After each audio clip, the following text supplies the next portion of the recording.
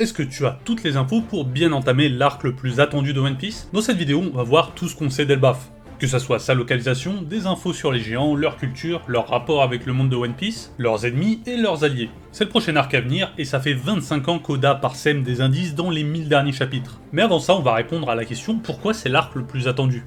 Ah oui, et en plus à la fin on va voir quelques hypothèses intéressantes de ce qui pourrait bien arriver. Commençons par répondre à la question qu'est-ce qui fait que c'est l'arc le plus attendu? Aussi bien par Oda que par nous. Commençons par notre cas. Est-ce que tu te rappelles l'arc Little Garden? Première fois qu'on voit des géants venant d'un lieu nommé Elbaf. Et Luffy et Usopp, autant que nous, sont tout excités à l'idée d'y aller. Puis, quelques centaines de chapitres plus tard, encore des géants qui viennent aussi d'Elbaf. Et puis d'autres, par là, par-ci, des hybrides, pour enfin arriver à cette planche. Et là tu te dis, Elbaf, mais attends, mais c'était quand la première fois qu'on en a parlé déjà? 1999? Chapitre 116? Il y a 25 ans? Bon, je savais sûrement pas lire à l'époque, mais ça fait quand même plus de 1000 chapitres qu'on a commencé à en parler, et c'est pour ça qu'on veut voir ça. Ok, mais ça c'est pour nous, lecteurs, mais pourquoi Oda lui aussi attendrait ça? Et pour comprendre ça, faut parler de Vic the Viking, une série qui date. C'est avec cette série que le jeune Eiichiro Oda découvre les Vikings. Si t'es curieux, il raconte tout ça dans le tome 3 de One Piece, donc au cas où tu l'as à la maison, tu peux aller checker. Pour en revenir aux Vikings et la culture nordique, c'est une grande inspiration d'Elbaf. Que ça soit les bateaux, les armures ou encore les villages. C'est cette série qui a fait aimer les Vikings à Oda, et ce sont les Vikings qui ont fait aimer les pirates à Oda. Pour un mangaka qui dessine sur le thème de la piraterie depuis un quart de siècle, faire son type préféré de pirate, ça doit être une sorte de récompense quand même. 25 ans, ça a dû être long pour lui aussi. Mais maintenant on y est les gars. Direction Elbaf. Ok mais c'est où Elbaf? Et puis c'est quoi exactement? En ce qui concerne la localisation, c'est pas loin d'Egghead, la dernière île qu'on a visitée. Et ça explique pourquoi les géants sont arrivés si rapidement aider Luffy dans le dernier arc. Donc voilà, Elbaf ça se trouve à peu près ici. Ok mais qu'est-ce qu'on sait d'Elbaf en tant que lieu? Si on regarde les toutes premières paroles de Dory, il semblerait s'agir d'un village. Mais si on regarde les chapitres qui ont moins de 25 ans, on voit qu'on commence plutôt à parler de quelque chose à l'image d'Alabasta. Tu vois, Alabasta c'est pas une île, mais plutôt le royaume qui domine Sandy Island. Et l'île qui semble abriter Elbaf a l'air de s'appeler Warland, si on se fie au dernier chapitre. On va voir un peu les différents lieux sur cette île et la faune bien particulière. On l'aura rapidement remarqué, l'île possède un gigantesque arbre qui fait référence à Yggdrasil dans la mythologie nordique. Ça serait intéressant que ça soit le même type de bois qui a été utilisé pour le bateau de Roger et Luffy, le bois d'Adam. Dans les derniers extraits qu'on a vus dans l'anime, je trouve qu'il y a une vraie vibe de Suisse. C'est très alpin, mais vu que l'île est gigantesque, on peut supposer qu'il y a d'autres biomes. Une autre chose qu'on sait, c'est qu'il y a un château royal dans lequel vit le prince Loki. Enfin je dis prince, mais c'était il y a tellement longtemps, peut-être qu'il est devenu plus que ça. Ça serait intéressant que son château, à l'image d'Asgard, toujours dans la mythologie nordique, se trouve plus haut sur l'arbre. Et puis ça expliquerait ces choses qui ont l'air de tomber du ciel. Autre chose qu'on sait, via le flashback de Big Mom, qui va être très important dans cette vidéo, et via les paroles de Dory et Brogy, c'est que la faune y est gigantesque. Étonnant. Petite subtilité qu'on apprend dans Egghead, c'est que dans les profondeurs de la forêt, certains animaux ressembleraient aux doyens dans leur forme transformée. Personnellement, j'aimerais trop voir l'équipage s'entraîner là-bas, un peu comme Luffy l'a fait avec Riley pendant l'ellipse. À part ça, ce qu'on connaît de l'île, c'est surtout ce petit village qu'on a vu dans le flashback de Big Mom, et cette taverne où on a revu Shanks. Pour résumer, une vibe de montagne en Europe, des animaux gigantesques, un arbre-monde, au moins un village et un château, ainsi qu'une forêt particulièrement dangereuse. Et le tout peuplé par des géants. Oui, parce que Elbaf c'est surtout connu pour ça, les géants. Qu'est-ce qu'on sait d'eux? Qu'est-ce qu'on a oublié? Qu'est-ce qui fait qu'ils vont être indispensables sur nos recherches par rapport au siècle oublié? Premier attribut, assez voyant, c'est que physiquement ils sont titanesques. Morley est considérée comme petite et elle fait 12 mètres. Sachant que le plus grand humain qu'on connaît, Big Mom, fait 8 mètres et quelques. Pour comparer, Dory fait à peu près 22 mètres et est considéré comme grand. À côté, t'as San Juan qui fait entre 18 et 180 mètres. C'est un bon exemple de géant avec un fruit du démon. Mais les géants sont une race complexe et il existe plusieurs hybrides. Les Boucaniers, des mélanges avec les humains dont Kuma fait partie, les Wotan, un mélange avec les hommes-poissons, mais ça on l'a vu que dans l'arc avec Foxy, et je suis même pas sûr qu'Oda s'en souvienne. Les mystérieux géants, dont font partie les Yétis qu'on a vu à Punk Hazard, c'est vague mais c'est littéralement ce qui est écrit sur les vivres cards. Les vivres cards c'est ce genre de truc tu vois. C'est des informations officielles, c'est là où tu trouves la taille, l'anniversaire, la bouffe préférée. D'ailleurs, sache que la bouffe préférée de Barbe Noire, c'est les kebabs. Et aussi on a les anciens géants, comme Oz, qu'on a vu à Srailer Bark, ou Oz Junior qu'on a vu à Marineford. Et globalement ils sont juste plus grands avec des cornes. Mais la stat la plus intéressante, c'est qu'ils sont considérés comme vieux vers 344 ans comme ces deux-là. Et c'est un peu à l'image de Dory et Brogy qui font des duels pendant un siècle. Pourquoi c'est intéressant? Parce que comme on l'a vu dans l'arc d'avant, on se rapproche du siècle oublié. Et si pour les humains, 800 ans c'est loin, pour les géants ça doit être leurs arrière-grands-parents ou leurs grands-parents. Donc il y a moyen que ça soit quelque chose qui se transmette à l'oral. Peut-être que Emmet, le géant de fer qu'on a vu à Egghead et qui est pote avec Joy Boy, a un lien avec Elbaf aussi, on sait pas. C'est là qu'intervient Saul car il a une autre info à nous donner. Oui, parce que Saul, qui était à O'Hara avec Robin, est à Elbaf avec tous les livres qu'il a pu sauver de là-bas. Petite parenthèse, Elbaf, si on joue un peu avec les lettres, ça donne fable, et ça m'étonnerait que ça soit une coïncidence. Pour en revenir à Saul, c'est un géant qui n'est pas originaire d'Elbaf. Donc si on peut se dire qu'Elbaf est le lieu le plus connu pour les géants, c'est sûrement pas le seul. Saul voit même les géants d'Elbaf comme des barbares. Mais c'est ça qui fait leur charme. On va parler de la culture d'Elbaf, que ça soit interne, ou leur lien avec le gouvernement, ou même leur lien avec le dieu soleil Nika et Luffy. Tout comme on l'a dit plus tôt, on sait que c'est un royaume dirigé par une famille royale dont fait partie le prince Loki.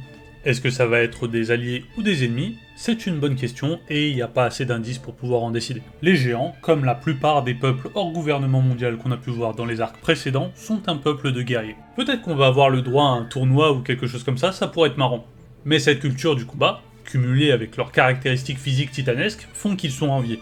C'est d'ailleurs pour ça que Big Mom s'est vue reine des pirates si elle pouvait faire une alliance avec eux. En ce qui concerne les forces armées d'Elbaf, on sait qu'il y a les pirates de l'équipage des géants, dirigés par nos copains Dory et Broggy. Mais avant ça, c'était par Yorl et Jarl, les ancêtres qu'on a vus plus tôt, et dont l'un a été terrassé et humilié par Big Mom.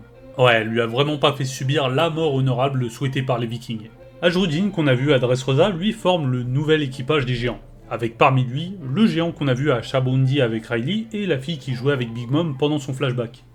J'imagine qu'il doit aussi y avoir une armée royale, mais on n'a pas plus d'infos. Pour parler de leur divinité, ils croient en plusieurs dieux, mais plus particulièrement dans le dieu soleil, qui est reconnu par Dory et Broggy lorsque Luffy prend sa forme Nika. Mais du coup je me demande, t'imagines, est-ce que ça veut dire que Luffy, pendant tout l'arc, va être vu comme un dieu vivant? Je sais pas, mais je suis vraiment curieux de voir ça.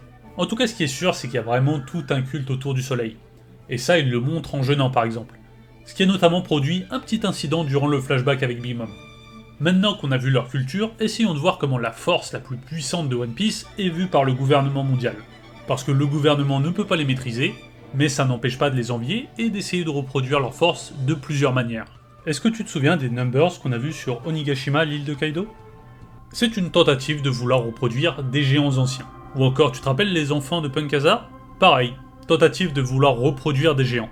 Que ça soit via Caesar ou Vegapunk, le gouvernement envie cette force. C'est d'ailleurs la seule race non humaine présente dans la marine. Et s'ils peuvent pas en générer, ils vont essayer d'en recruter. Et le processus est assez particulier. Est-ce que tu te souviens de cette nonne qui a sauvé les géants de l'exécution? Oui, parce que l'équipage de Dory et Broggy, qui ont leur capitaine en train de commencer un duel, sont retournés à Elbaf et se sont fait capturer en chemin. Eh bien elle a annulé l'exécution en faisant comprendre au gouvernement que c'était pas une idée de fou de se mettre tous les géants à dos.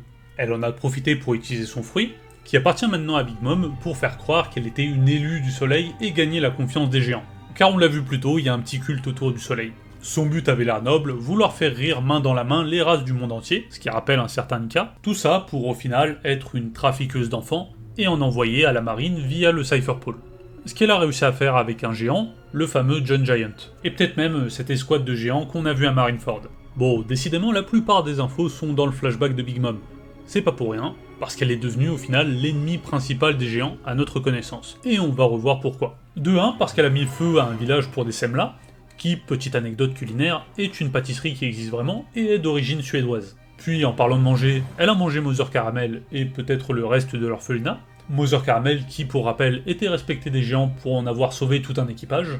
En plus de ça, Big Mom a massacré et humilié l'un des capitaines originaux de cet équipage. Cerise sur le gâteau, elle s'est un peu foutue de la gueule du prince Loki. Parce que Lola qu'on a vu à Strider Bark, la fille de Big Mom, a failli épouser Loki. Mais vu qu'au final Lola était pas trop chaude, Big Mom a envoyé sa sœur jumelle Chiffon qui lui ressemble, et Loki a vu la supercherie. Ce qui a pas aidé à renouer les relations avec les géants. Bilan, elle a liquidé quelques personnes importantes pour les géants, en plus d'essayer d'arnaquer leur prince. À part ça, je pense qu'on peut considérer la marine en général comme un ennemi. Déjà parce que c'est pas fou ce que la marine a fait à Oimo et Kashi à Enies Lobby.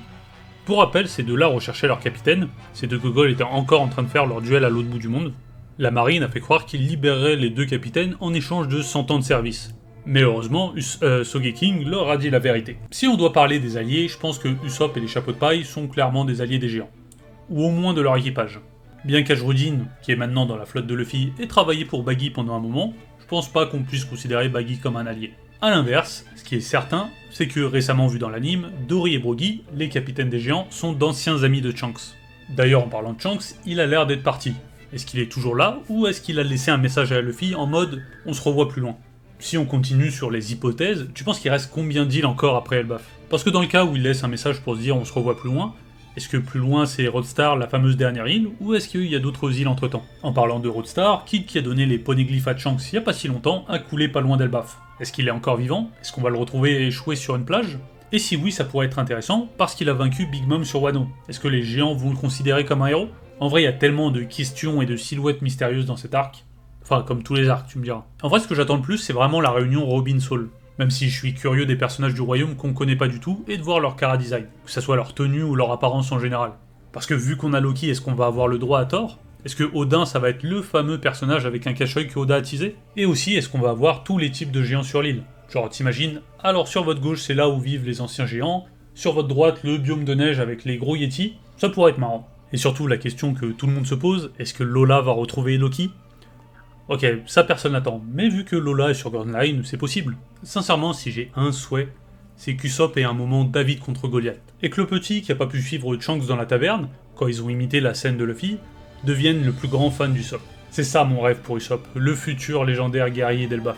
À part ça, je pense qu'on a fait le tour de ce qu'on sait d'Elbaf. Si t'es encore là, abonne-toi si t'aimes les animes One Piece et que t'aimes en discuter.